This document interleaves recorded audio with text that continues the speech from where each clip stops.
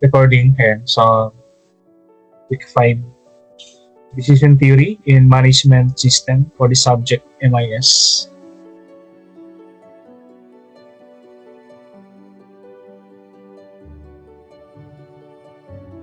Okay, so 1 hour lang tayo na. It's the result of the exam. Ay, saan na ba?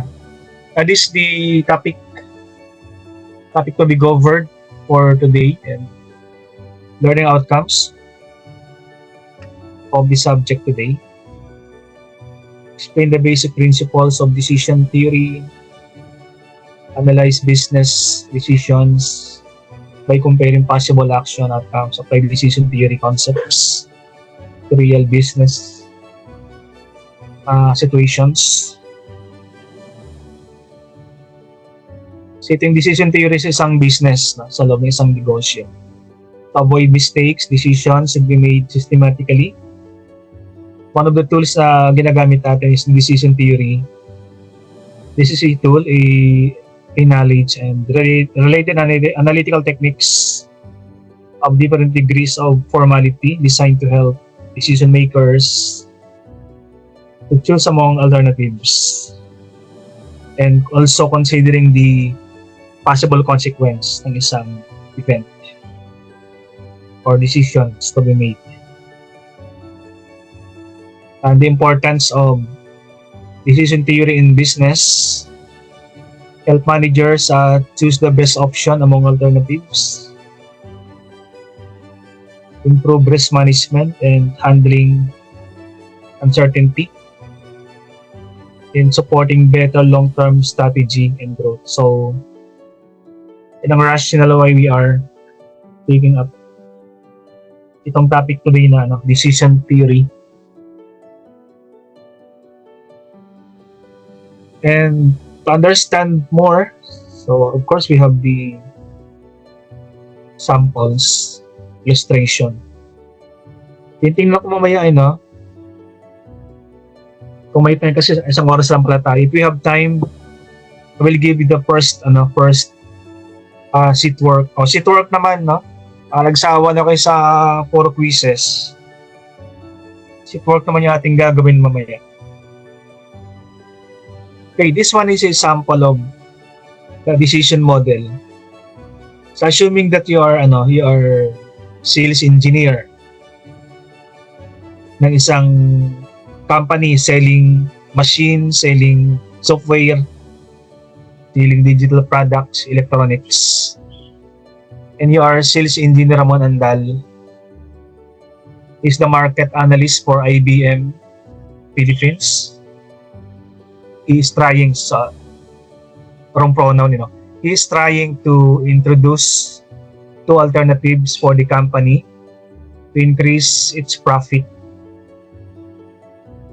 Meron siyang dalawang option. Meron kayong dalawang option. The sales engineer has 2 options to increase the profit of the company. The first option is to construct a planta or factory for IBM. The second option is to open a distribution center. The third option is do nothing. So tatlong options. Magtatayo ba ng factory for IBM or mag-open lang ng isang distribution center, parang retailing lang siya, retailing lang ng mga products, computer products, or totally walang gagawin si Engineer Randall. Then he was able to determine the expected payoff. Of course, pag ikaw ay mag-open ng isang factory or mag-open ng isang distribution center, of course, you should know or you know the expected payoff or magiging return ng profit, magiging benta ng isang company. And Engineer Andal was able to determine yung payoff. And the payoff is depending on the decision and the type of market. So, yung kita dito, depende kung mag-open ka ng factory or plant or open a distribution center. Coupled with, it also depends on the market. Kasi ang market, sa lahat ng market, lahat ng industry, the market is different. The market can be favorable. Pag sinabing favorable, siyempre malakas kumita. Magiging profitable yung business, maraming buyers, walang masyadong unemployment, malakas ang purchasing power ng mga buyers. That is favorable yung market. The second scenario is the average. Average lang sa katamtaman lang, no? Walang masyadong benta. Hindi ka rin masyadong malulugi. Kumbaga, tapat lang sa puhunan. Sabi natin, eksakto lang. Tamtaman lang. Then the third scenario, the third market situation, the third type of market is the unfavorable to the business. So of course, pag sinabing unfavorable, ito yung situation na talagang walang masyadong kikitain yung business. Kumbaga patay yung negosyo. Ang reason ng unfavorable market, ayan, malakas ang unemployment, mataas yung inflation rate, walang purchasing power yung mga employees kasi wala silang trabaho, so wala silang pambili. So for you guys as owner, that is unfavorable for the business. So those are the situation and the options.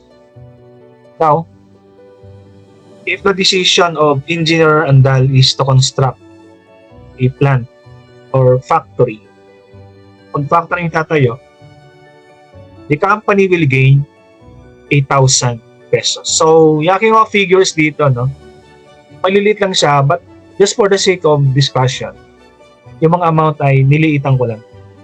Pero actually, hindi naman 8,000 lang din. But for the sample, the company will gain 8,000 pesos if the market is favorable.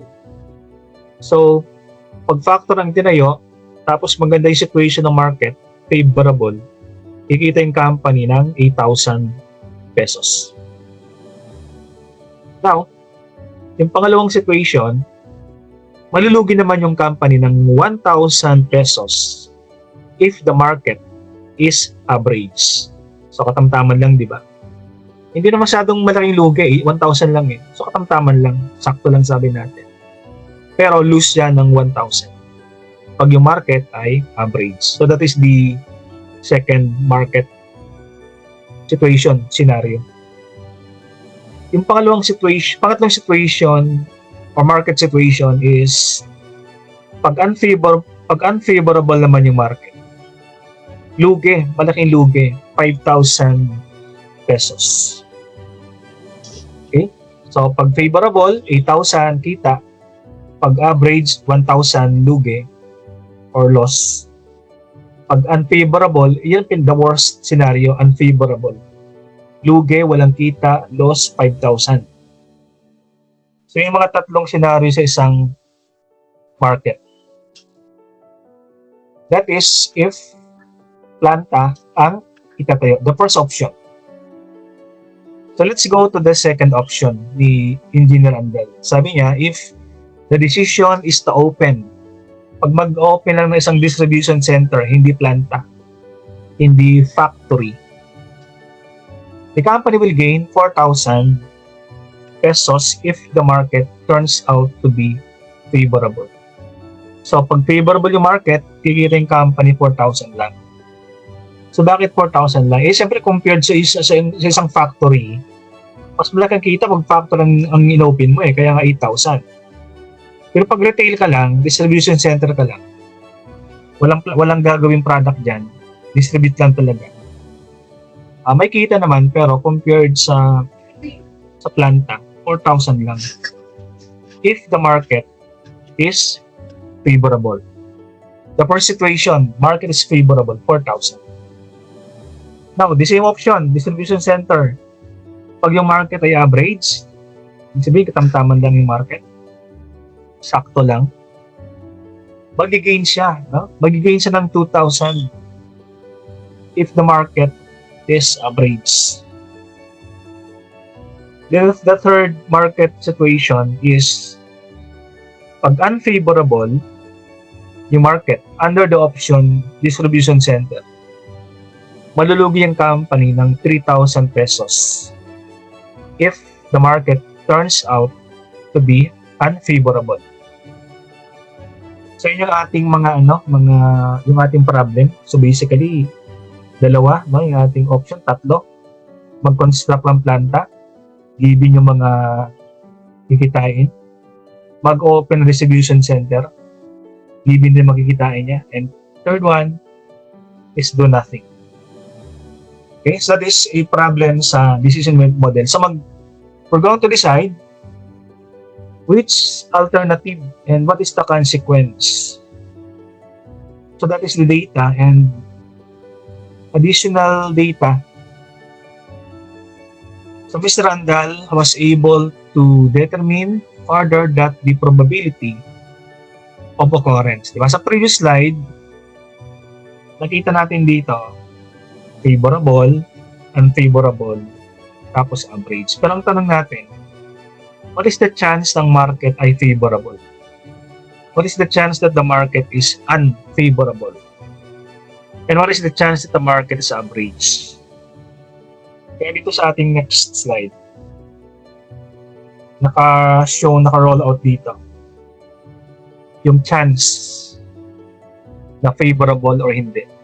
So, Engineer Randall was able to further determine that the probability of occurrence is 50% yung chance ng market ay favorable. 20% ang chance that the market is average. And 30% yung chance that the market is unfavorable. So 50, 20, 30, that is 100%. So mas lamang yung chance na maganda yung market. 50%, 50-50 ang chance na favorable yung market. Another data, he was also able to find out that he can purchase the information on what really will happen with the market from AC Nielsen. Siyempre, saan nakuha yung data na 50%, 20 and 30. Hindi naman hinuhulaan yan eh. The 50% chance, 20, 30, that is a result of research. Meron talaga mga company nag-research ng mga data sa economy para malaman yung percentage, example, inflation rate, no, na pwede nating gamitin sa ating business as business person. So sa Pilipinas, yun yung mga companies na nagbebenta ng mga data na yan. Sa atin, mga SWS, Pulse Asia, pag international naman, mga Asian Nielsen. So, yung info, yung data, ay galing sa Asian Nielsen. Tapos, binibili yan. Data are purchased kasi nire-research nila yan eh. So, bibili mo yung data na 50%, sila magsasabi sa'yo. 50%, 20%. So that is important data. Then it is being sold by AC Nielsen for 1,500. Yung data na yan. Para magamit niya sa kanyang decision making.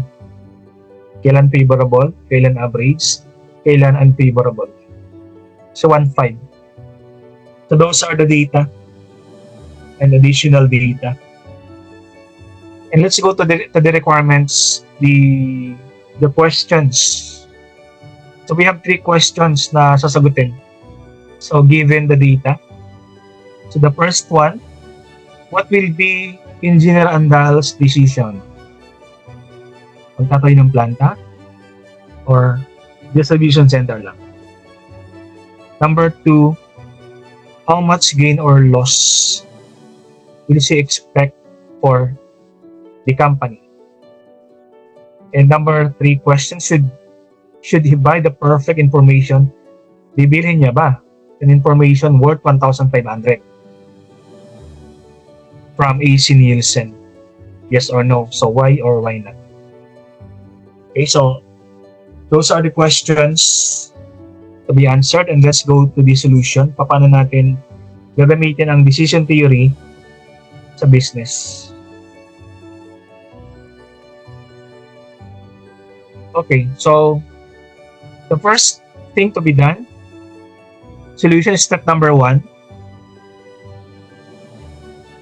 kukunin natin yung expected monetary value or the EMV. So meron ditong tatlong expected monetary value. Kasi meron kayong tatlong option, di ba? To build a factory or plant.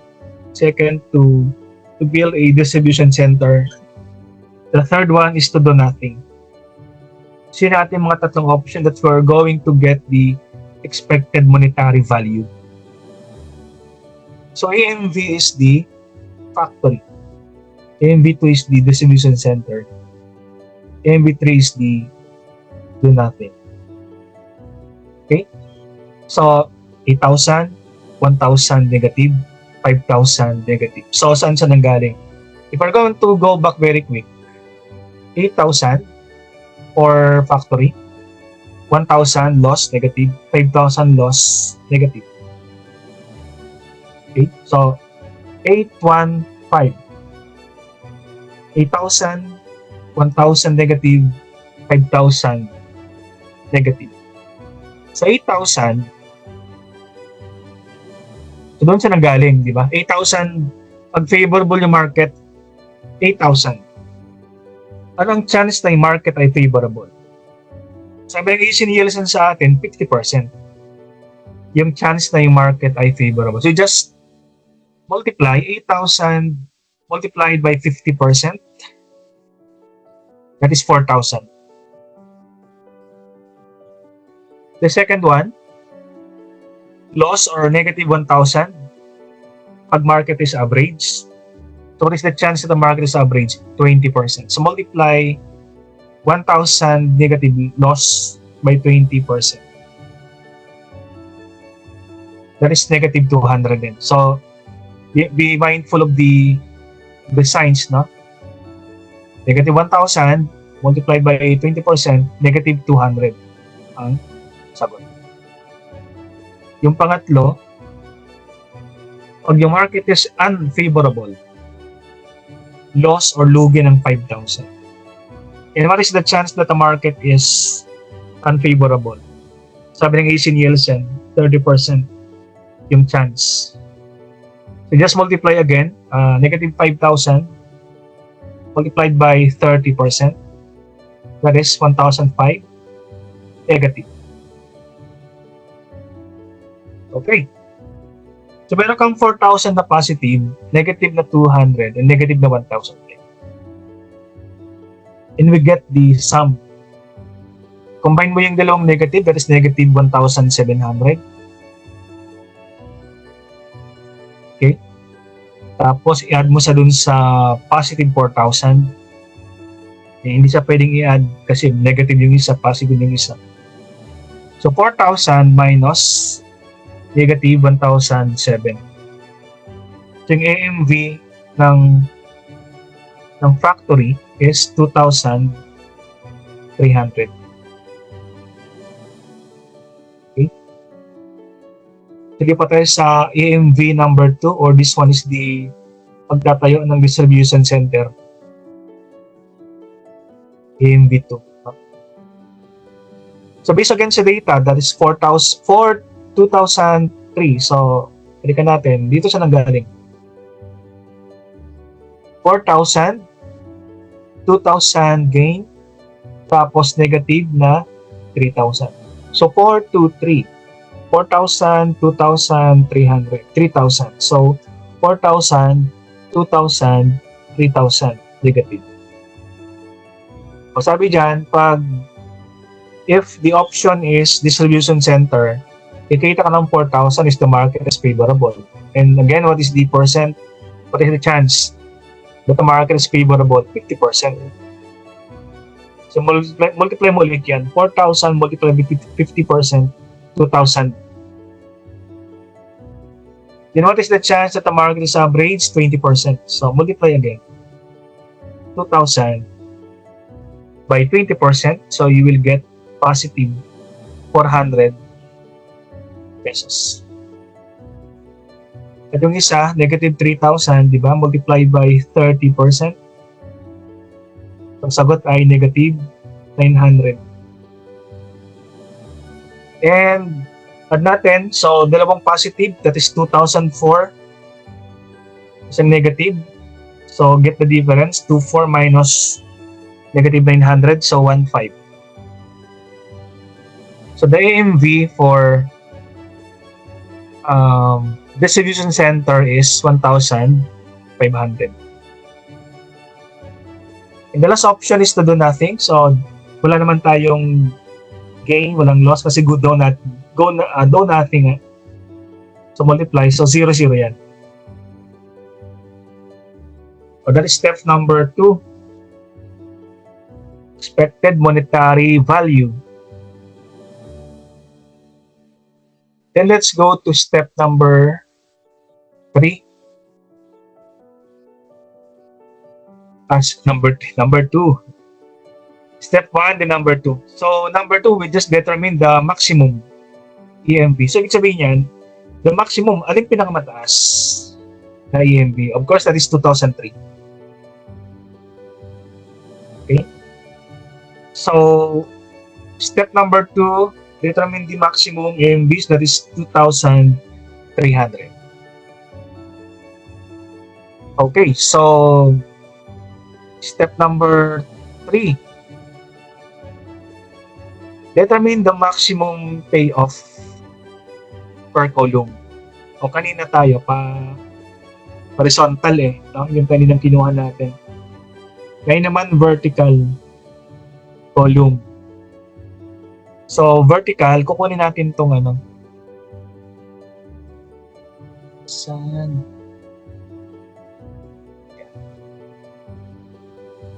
Vertical, 4,000, 2,000, 0.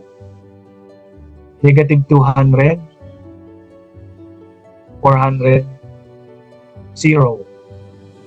Negative 15, negative 19, 0. So itong column na to, magkakasama yan. 4,000, 2,000, 0. So lagay mo dito, maximum 8,000, 4,000, 0. 8,000, 4,000, 0. 8,4. Yung second column naman, 1,000, 2,000, 0. So, negative 1,000, 2,000, 0. Yung pangatlong column, 5,000, negative 3,000, tapos 0. So, 5, 3, 0. That is number 3. Tawag natin dyan ay yung maximum payoff per column. So, maximum. Sa M1, ano yung maximum? O yung pinakamalaki, di ba?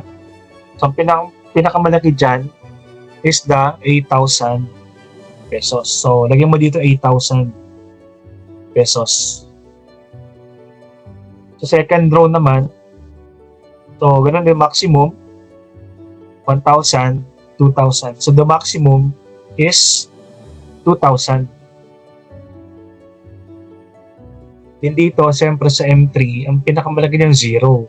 Kasi yung dalawa is negative So, 0 ilalagay mo dito. So, overall, may question ba? May tanong ba kayo dito? Hanggang step number 3. Kasi yan ang sheet work mamaya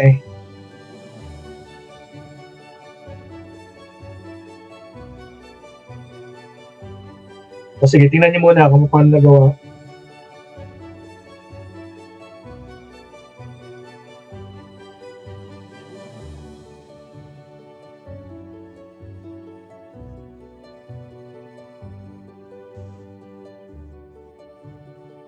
Okay, so pag clear yung step number 3, let's go to step number 4. Step number 4, determine the value with perfect information per column. We call this the VWP, value with perfect information, the VWPI. So sa step number 4, the VWPI number 1 is the 8,000. Ito yun. I-multiply mo ng 50%. That is the percent of favorable yung market. Then get the product. 8,000 multiplied by 50%. That is 4,000. Then the second BW, ganun din, this 2,000 multiplied again by 20%. 20% is the percentage of chance na average yung market. So again, multiply. So 2,000 multiplied by 20%. So you have 400 pesos. The third one, 0 multiplied by 30%, of course 0 yan. So that is for number 4, value perfect information per column. Okay, so step number 5,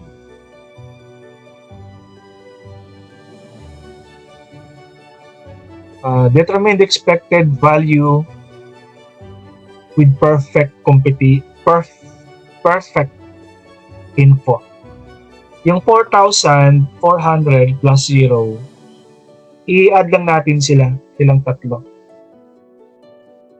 So 4,000 plus 400 plus 0, so that is 4,400. Then step number 7, determine the expected value of perfect information. It is the EVPI. So we simply get the difference between 4,004, yung sa taas, 4,004 minus 2,300. So where did we get the 2,300? Ito yung kaninang nakuha natin sa step number 2. That is 2,3. So 2,3, di ba? So lagyan natin dito yung 2,300. So 4,4 minus 2,300. So you get 2,001. So this is the expected value of perfect information, 2,100.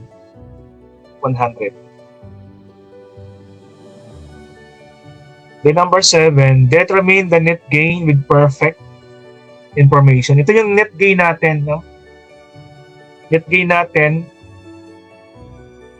pag magde-decide tayo is 2,1.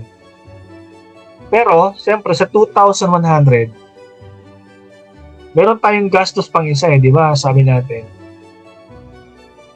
Meron kang gastos kay AC Nielsen. Kasi yung information na binili mo sa kanya is worth 1,500. Babayaran mo yan. Okay? So, sa 2,100,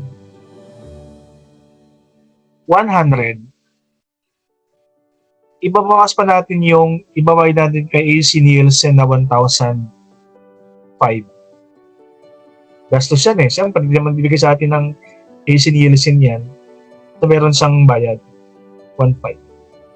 So, sa ating palang expected value of perfect information, meron ka pang net gain na 600 ang matitira. The net gain is only 600 pesos. Kasi mayroon kang gastos. Okay? So that is the solution, and to answer the problem,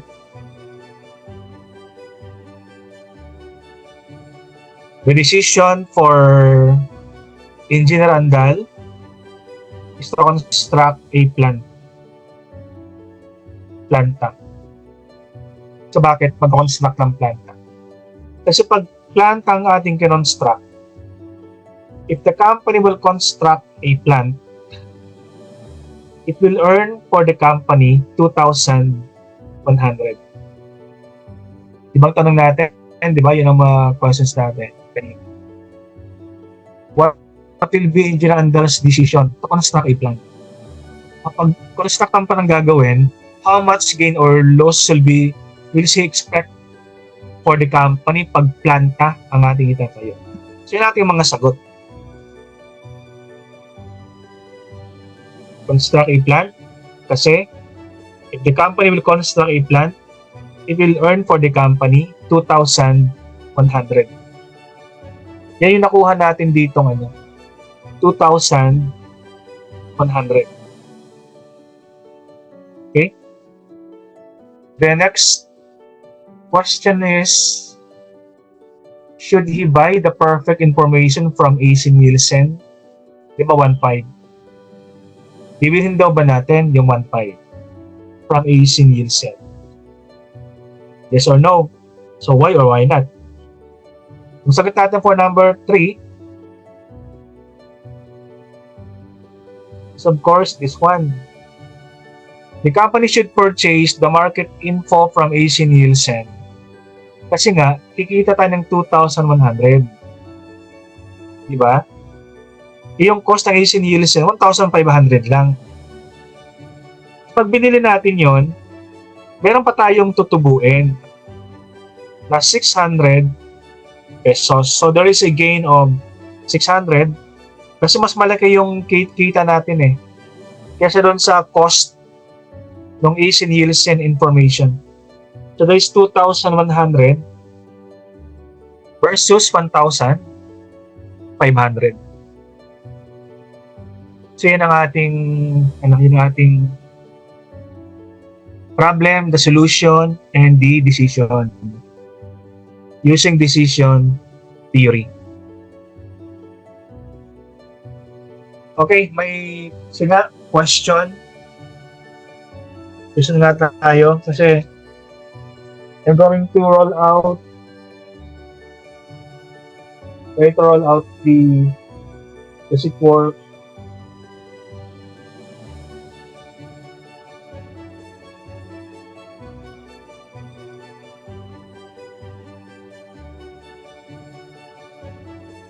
The references.